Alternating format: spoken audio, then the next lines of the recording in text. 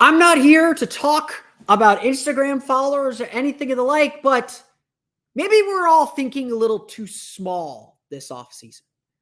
It's time to look at the offseason from a big perspective, and a good friend might be coming back to the NBA. It's time for Locked On Magic.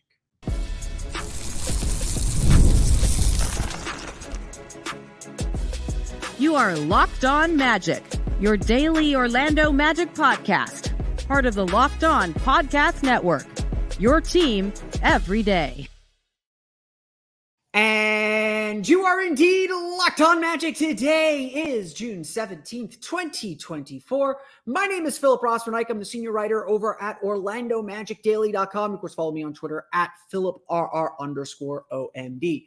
On today's episode of Locked On Magic, I'm a conservative fellow. We seem to think the Magic are conservative fellows too, but maybe we're all thinking a little too small about the Magic's offseason. Why it might be time to expand the scope of what's possible today on Locked On Magic. Plus, why that actually probably is what we need to do, and why the biggest risk the Magic might take this offseason is not taking one at all. And a good friend might be on his way back to the NBA. We'll chat about that coming up here in just a moment. But first, we want to thank you again for making Locked On Magic part of your day every day, no matter when you listen to us, whether it's first in the morning, whether it's right when you upload.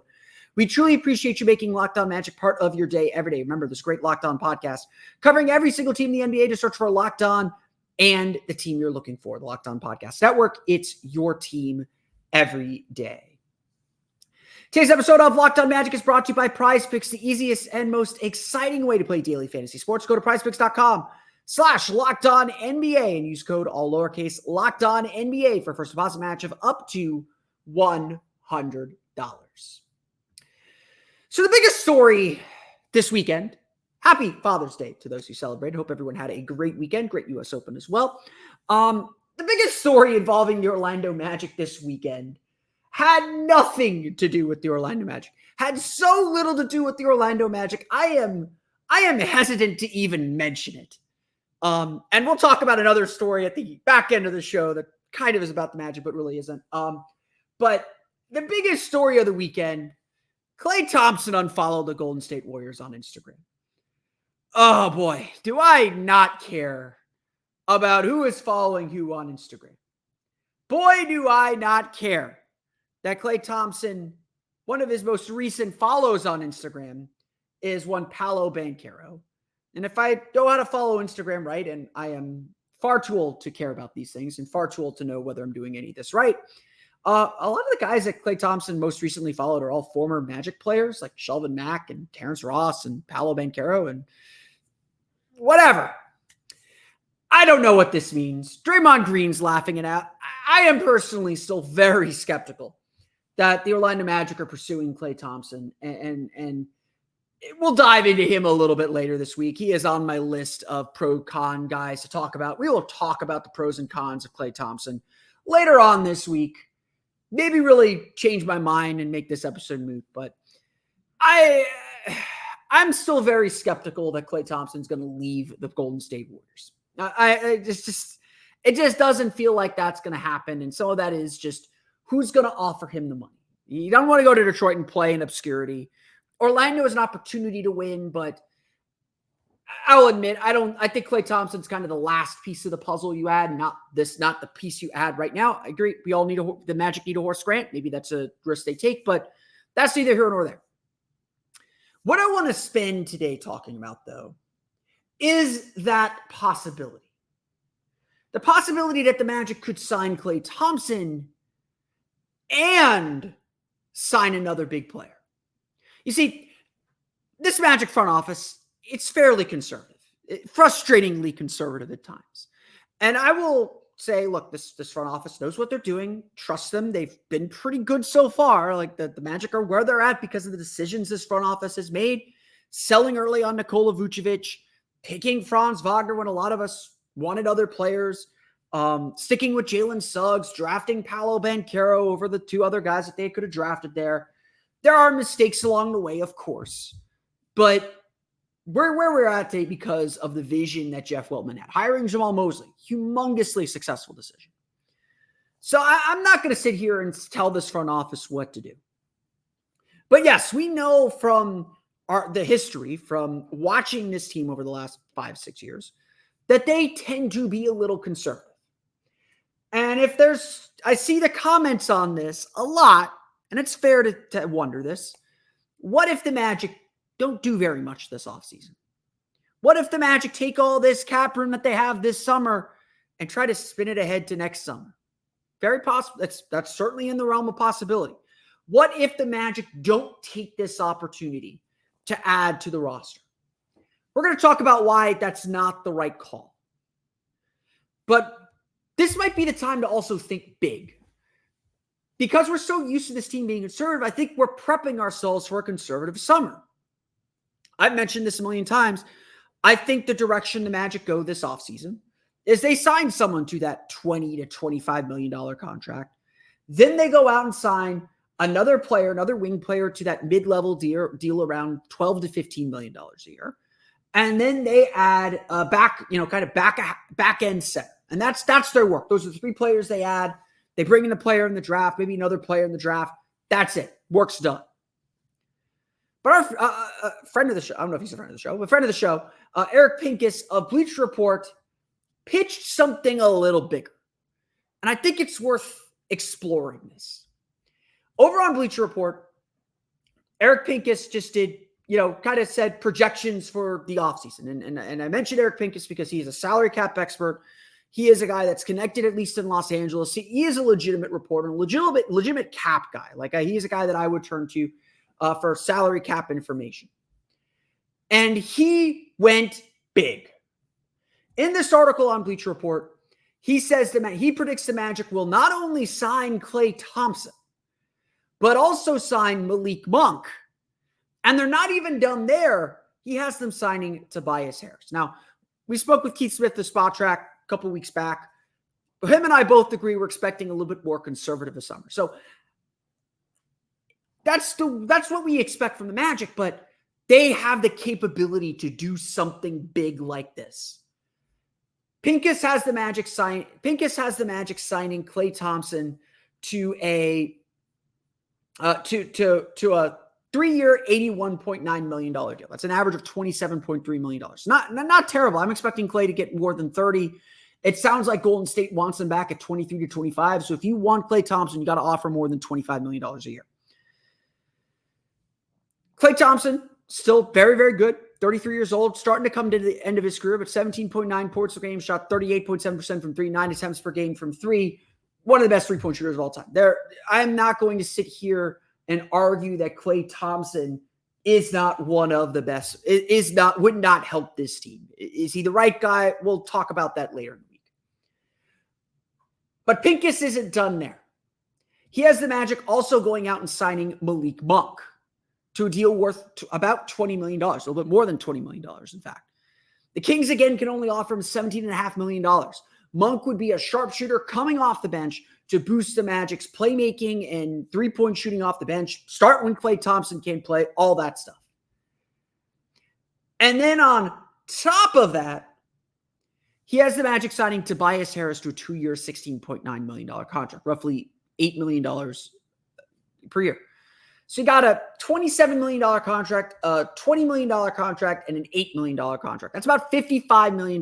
Now, in order for the Magic to get above $50 million of cap room, they're going to have to cut some player. They're not cut players, but they're going to renounce all their cap holds, decline team option for Mo Wagner and Joe Ingles. There's a little bit of fudgy math. I don't think that specific scenario works under the cap. A lot of Magic fans saw this. We're like, we're not going after Tobias Harris. I don't hate the idea, especially coming off the bench at such a low number. You're bringing Mo Wagner back at the room exception, which is, I think at this point, Keith Smith was the first one that kind of turned me on to that idea. At this point, I would expect Mo Wagner to be back at the room exception. The room exception, for those that don't know, if you sign players with cap room, you're given sort of an extra $8 million to go over the salary cap. So the room exception is about $8.1 million. You have that extra money to add players over the cap. So Orlando can renounce the $8 million for Mo Wagner's team option, bring him back on a new $8 million contract. I would expect them to do that, something like a 2-year, $17 million contract, so give him a little extra money on the end of it. he has the Magic using up all their cap room, and the Magic do have to spend at least 90% of the $141 million cap, and bringing in 3 high-level rotation players. Say what you want about Tobias Harris. He is a high-level rotation player. If the goal is to bring him off the bench, which I don't know why Tobias Harris would be up for that at this point, go take Detroit's money and start. He would still be a starting level player. How you make all that work with Jonathan Isaac and all that, I'm not sitting here saying Eric Pincus is right. But what the point I want to make is the Magic have $30 to $50 million in cap room. They can get up to that $50 million number, not give up Jonathan Isaac. Yes, they have to renounce free agency rights to a lot of different players, but they can get to that $50 million number and add a $25 million a year player and a $20 million a year player. They can get a Tyus Jones and a Malik Monk. They could probably get a D'Angelo Russell and a Malik Monk. Not saying that that's what they would want to do. The point is this. Maybe we've been thinking too small on the Magic's free agency opportunities and the Magic's free agency possibilities. Maybe we should be thinking about adding 2 of these marquee free agents or making a major trade to bring in some major salary and signing someone big. You know, the thing that I've pitched to a lot of people is trading Wendell Carter for like an Anthony Simons and bringing in a Klay Thompson or bringing in an Isaiah Hartenstein, especially in that scenario, or Nick Claxton in that scenario. Maybe the Magic should be thinking big. Maybe we've been trained too hard to think small. And that's the bigger issue here. Because the rest of the conference isn't going to stand still. And so the last thing the Magic can do in this situation is sit on their hands. Why keeping up in the Eastern Conference matters just as much as anything else. We're going to get to the biggest concern, the biggest fear of the offseason coming up here in just a moment. But first, today's episode of Locked On Magic is brought to you by our friends over at LinkedIn. When you're hiring for your small business, you want to find quality professionals who are right for the role. That's why you have to check out LinkedIn Jobs. LinkedIn Jobs has the tools to help find the right professionals for your team faster and for free. LinkedIn isn't just another job board. LinkedIn has a vast network of more than 1 billion professionals, which makes it the best place to hire.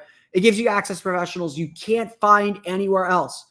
LinkedIn does all that while making the process easy and intuitive. I know as a job seeker on LinkedIn, I have found LinkedIn's ability to summarize the job description, the company that you're applying for, and accessing the application so easy. If it's easy for the job seeker, just think what it's like for someone looking to hire.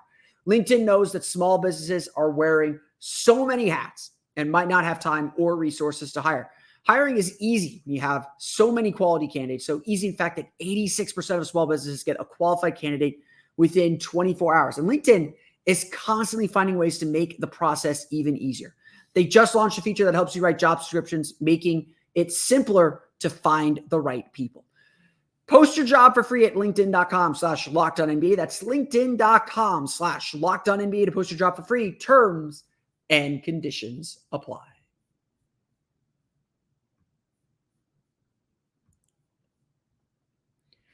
We want to thank you for making Locked On Magic part of your day every day when you're done listening to us. Be sure to check out the Locked On Sports Day 24/7 streaming channel. Get set with the biggest stories in sports all day long without the manufactured debates or constant screaming you get. Instead, you get the local experts who know their teams best, giving you the lowdown on the biggest stories in sports. Get yourself ready for Game 5 tonight with the Locked On Sports Today 24/7 streaming channel. You can find that on YouTube or the free Amazon Fire TV channels app, part of the Locked On Podcast Network, your team every day. So like I said, I think we expect this Magic team to be pretty conservative. It's how we've sort of been conditioned and trained. We don't expect big things from Jeff Weltman. It's just kind of not the way that he operates, for better or for worse. And right now, it's been fine. Things have been working really, really well. But I think this is also an opportunity the Magic can't pass up. Anthony Parker was on the Orlando Magic pod squad last week and said, and really kind of hammered home this point that, we have a philosophy, we have an identity. We're not going to do things to sacrifice that identity. There is a risk. There's a tug and pull. There's a push and pull. There is an understanding that in order to bring in some needs, you might have to sacrifice a bit of yourself. And you have to ask yourself, what are you willing to sacrifice, or how much of that are you willing to sacrifice?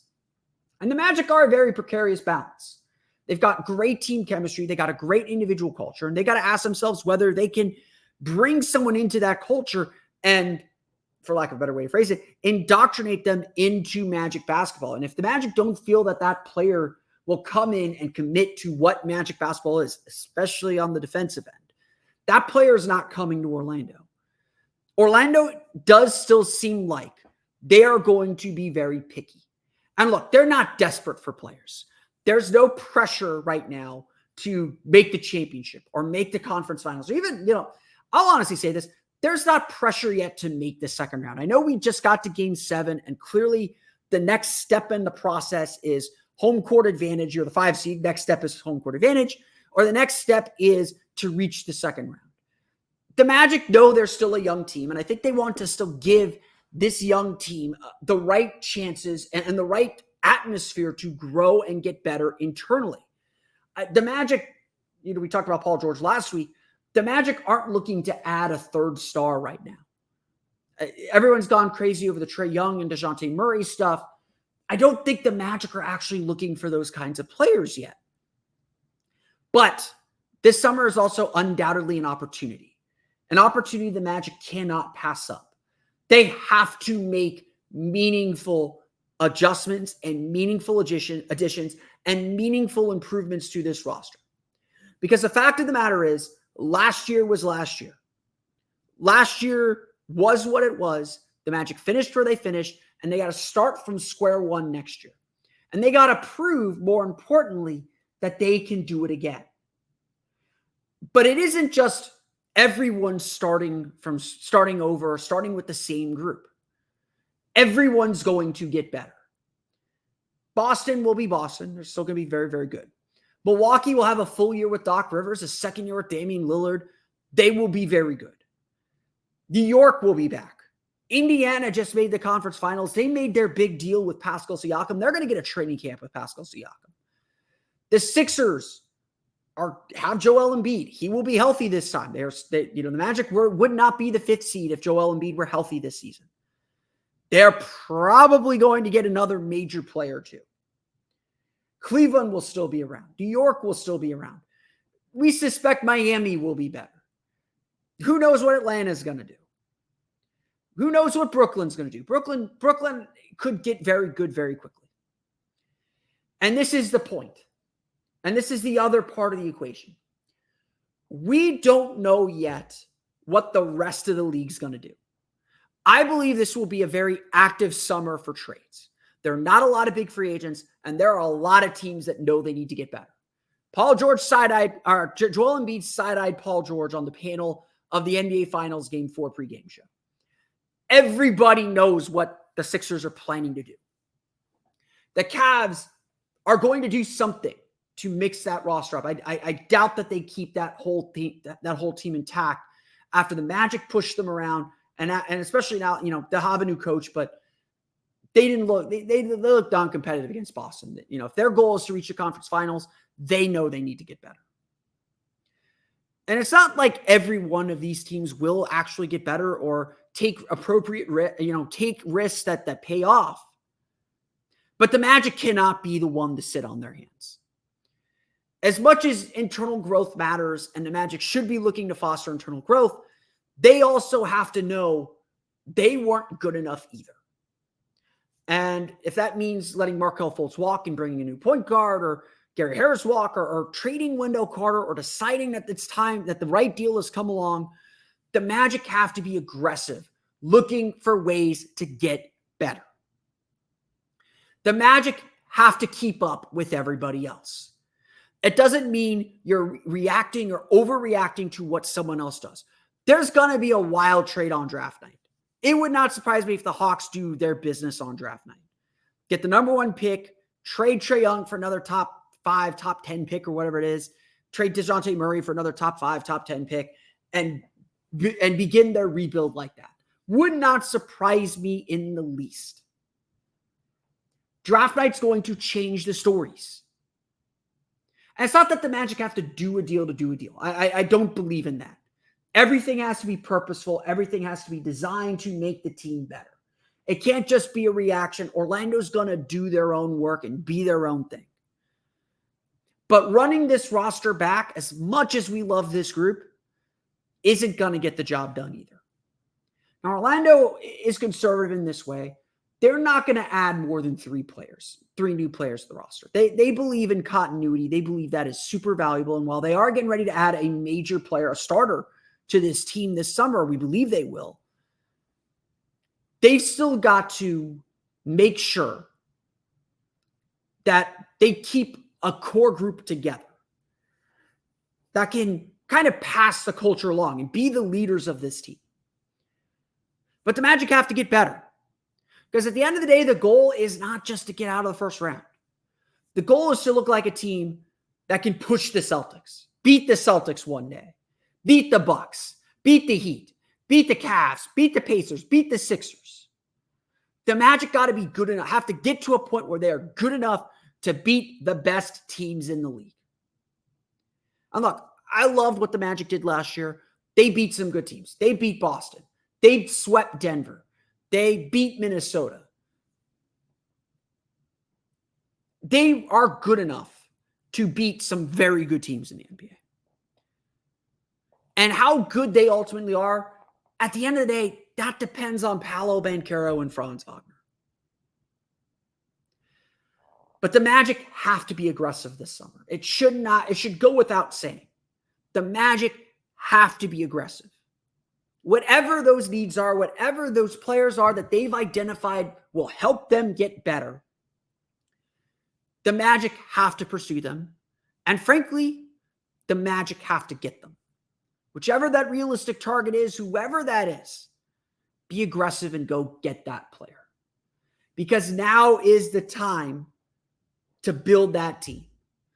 The seed is planted, the stem is beginning to grow. Now it's time to supercharge the thing. Now it's time to really set. I'm losing the plant analogy, but set something to make those roots deep and allow this team to grow into a championship team over the next several years. The Magic will have a lot to consider, but there is an old friend who might be coming back to the NBA. We'll talk a little bit about him and why he actually kind of makes sense for the Magic. We'll wrap up some free agency talk today, coming up here in just a moment. But first, it's time for a quick word from our friends over at Prize Picks. Prize Picks is America's #1 fantasy sports app. With more than 5 million members, it is the most fun and exciting way to get in on the action while you watch your favorite sports and players. All you have to do is pick more or less on 2 or more player stats for a shot to win up to 100 times in cash. That's right. You can turn $10 into $1,000 in a single game with Prize Picks by watching your favorite sports this summer. You can make a Prize Picks lineup in as little as 60 seconds. You just need to pick more or less on 2 to 6 player stat projections, and you're locked in. There's always action on Prize Picks, and this is the perfect time to try out something new with basketball winding down. Make sure to try out esports this month, because for every Wednesday and Saturday in June, if your lineup doesn't win, you'll get your entry fee back. Choose from Counter-Strike 2, Call of Duty, League of Legends, and more. They have pretty much every sport you could think of. WNBA, MLB, NHL. Prize Picks has you covered this summer. Prize Picks is the daily fantasy game of choice for me. Here in Florida, it is only available in the peer-to-peer version, so you do have to play against other players, but Prize Picks couldn't be easier to play. And frankly, it's if you're knowledgeable about sports, you will probably do okay. I typically did okay too. Download the app today and use code LOCKEDONNBA for first deposit match of up to $100. Again, download the app, use code LOCKEDONNBA for first deposit match of up to $100. Prize Picks, pick more, pick less. It's that easy. Free agency rumors are running wild right now. It is obviously the offseason. It is we're not quite at the offseason yet. We still got at least game 5 to come for the NBA Finals. The NBA draft coming up in 1 week. 1 week from Wednesday. NBA draft. We'll probably hear from Jeff Weltman before the draft next week, if not later this week. So there is a lot to get to here. And in 2 weeks' time, we're going to know everything. Everything that we need to know about this team, about this offseason, all these questions that we've been asking. We're going to know the answers to them in about 2 weeks. It's really kind of exciting that it's all happening. It's going to happen really, really fast. And then we'll go to Summer League, and then it's going to be kind of quiet, at least except for the Olympics. There was a little juicy rumor, though, about free agency that I want to address and talk a little bit about. Mark Stein posted on the Substack that NBA observers are monitoring Mario Hezonja's situation. In fact, Hezonja's name is coming up in free agent circles as someone who could make a return to the NBA, marking his first time back in the league since 2020. The Orlando Magic, of course, made Mario Hezonja the 5th pick in the NBA draft in 2014. He was drafted notably ahead of Miles Turner, who still laughs at that, and Devin Booker, who notably tried to lobby the Orlando Magic to select him using family connections in Michigan. But the Magic took Mario Hezonja, and at the time, it was considered a home run pick. Hezonja was coming off of a really successful season with Regal Barcelona, where he helped them to a championship in the Copa del Rey, and he seemed like he had it all. 18-year-old, very, very young, but had this bravado about his game, could shoot the ball a little bit, it had the size that everyone liked. Fran Fraschilla, I believe, said on the ESPN broadcast that he was someone who could win the slam dunk contest and the three-point contest. That was the kind of player the Magic believed they were bringing in. Obviously, things did not work out that way. He topped off at about 9 points per game in his 3rd season in the NBA. Never really clicked with Scott Skiles, was just never serious about defense, really struggled with his ball handling. Scott Skiles, started to figure some things out later in the season. But Scott Skiles obviously resigned. Frank Vogel comes in, didn't really know what to do with him. Hezonja never really got settled. And when Jeff Weltman came in, actually one of the first things he did was to decline the 4th-year team option on Hezonja. The Magic washed their hands of him and moved on. Hezonja played 2 more seasons in the NBA with the Portland Trail Blazers and the New York Knicks before leaving to go back to Europe, where he's bounced around a little bit, but has really carved out a good career. He won a championship with Panathinaikos in 2021. Went to Russia, was an all-star in the Russian League. Russian League is very, very good. His season there was cut short in 2022 by the invasion in Ukraine. Obviously got out of there. Went to Real Madrid, was a big player coming off the bench for Real Madrid over the last 2 seasons, including winning the Copa del Rey last year and reaching the EuroLeague championship game last year. Mario Hezonja has come a long, long way. And last year, he averaged 14 points per game and shot 45.3% from 3 in 33 EuroLeague games. If you don't know what EuroLeague is, that is sort of like the Champions League in soccer. All the best teams in Europe play a league, concurrently with their domestic country seasons, and it's literally the second best league in the world. They only play 33 games. They play fewer games, more like a college season. But he had a good season for Real Madrid, and he's won a lot. Again, he's gone to a lot of winning teams. He had 8 points and 8 rebounds in the championship game loss to Panathinaikos this year. Had 12 points and 6 rebounds in the semifinal win over Olympiacos, both Greek teams. Mario Hezonja is not an all-star in Europe. Not pretending that he is, not pretending that he has reached the zenith or reached the full extent of what his potential was coming out of the draft. But this is still a player who shoots the ball really well, who now has, I think, a better understanding of his role coming off the bench. He's not looking to start anywhere. But he shoots the ball well, a lot better defensively, a lot more serious with his work habits. It's a player that, frankly, has matured. And so I am not surprised that he is getting on NBA radars. And look, We know what the Magic like. They like players who are big, multi-positional, versatile. The things Hezonja was supposed to be when he was drafted back in 2014 when the Magic missed out on Kristaps Porzingis by 1 pick. He is a lot of the things Jeff Weltman does like in players. And he has come a long way from his time in Europe. Now, for Hezonja, he's probably, there's speculation that Hezonja is trying to generate some NBA buzz to get a better contract in Europe, to try and get a bigger role or a better contract in Europe. And that might be true. But I'll say this. Hezonja still comes to Orlando a lot. He still makes a home in Orlando during the offseason. You will see him at pickup runs with local pros, wherever they do pickup runs, whether it's the Iron Brady runs, whether it's the Rollins runs, whether it's the Pro-Am runs. Hezonja still kind of shows up in a lot of those like Orlando videos that you see among pro players. He still has a connection to this city. And I don't think he necessarily hated his time in Orlando. I think he hated the coaches and the situation. But at the end of the day, Mario Hezonja is a 29-year-old now. He's, and I don't think he's 29. Mario Hezonja is an older, wiser player who understands his role. Do I think the Magic would go after him? Probably not.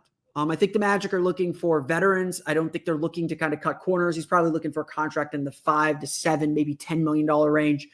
I think the Magic want more established players and players they can count on. The Magic got enough young players. If the Magic have Jett Howard, we don't need a Mario Hezonja. They've got a Caleb Houston. They don't need a Mario Hezonja necessarily. Now, Hezonja might be more stable than those players, but the Magic, I think, want someone that they know can contribute at the NBA level while they develop some of their younger rookie players who, again, do a lot of the same things that Hezonja does. But I for one, am very happy to see Mario Hezonja back in these conversations. I, for one, am very happy to hear that he is an option to come back to the NBA, that he is considering a return to the NBA, and that he has worked his way back into this position where we can have this conversation. I don't think the Magic are the right team for him. I don't think the Magic would necessarily be interested in him. But put it on your radar.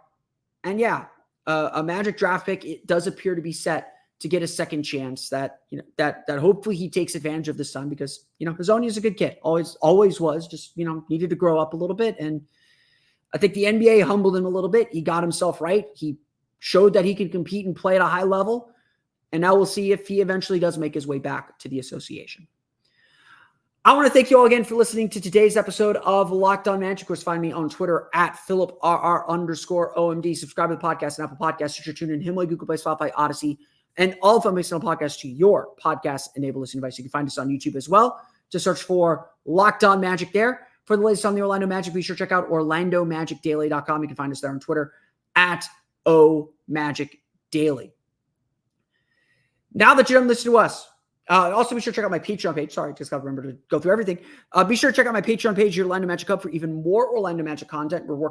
I am working through Orlando Magic player evaluations. Should wrap that up this week. I'm going to very much endeavor to wrap that up this week so we can just focus on the draft next week. I've got some player profiles I want to get done, but I may not get to them. But for more Orlando Magic content, check out my Patreon, the Orlando Magic Hub. Again, that's patreon.com/Orlando Magic Hub. And as always, thank you for your support. Now that you're done listening to me, be sure to check out the Locked On Sports Day 24/7 streaming channel on YouTube and now available on Amazon Fire TV and the free Fire TV channels app. Locked On Sports Today is here for you 24/7, covering the top sports stories of the day with the local experts of Locked On, plus our national shows covering every league. Find Locked On Sports Today now available on the free Fire TV channels app. That's going to do it for me today. I want to thank you all again for listening to today's episode of Locked On Magic. On our next episode of Locked On Magic, it's Draft Tuesday. I'm going to go through my latest big board. I'm working and publishing it hopefully very soon. But we'll go through who I think the Magic should be targeting, some new names perhaps on that list since it looks like Tristan da Silva is going to be gone. We'll talk about a new big board and what the Magic should be looking for in the draft on tomorrow's episode of Locked On Magic. But until then, for Orlando Magic Daily and Locked On Magic, this has been Philip Rossman-Reich. We'll see you all again next time for another episode of Locked On Magic.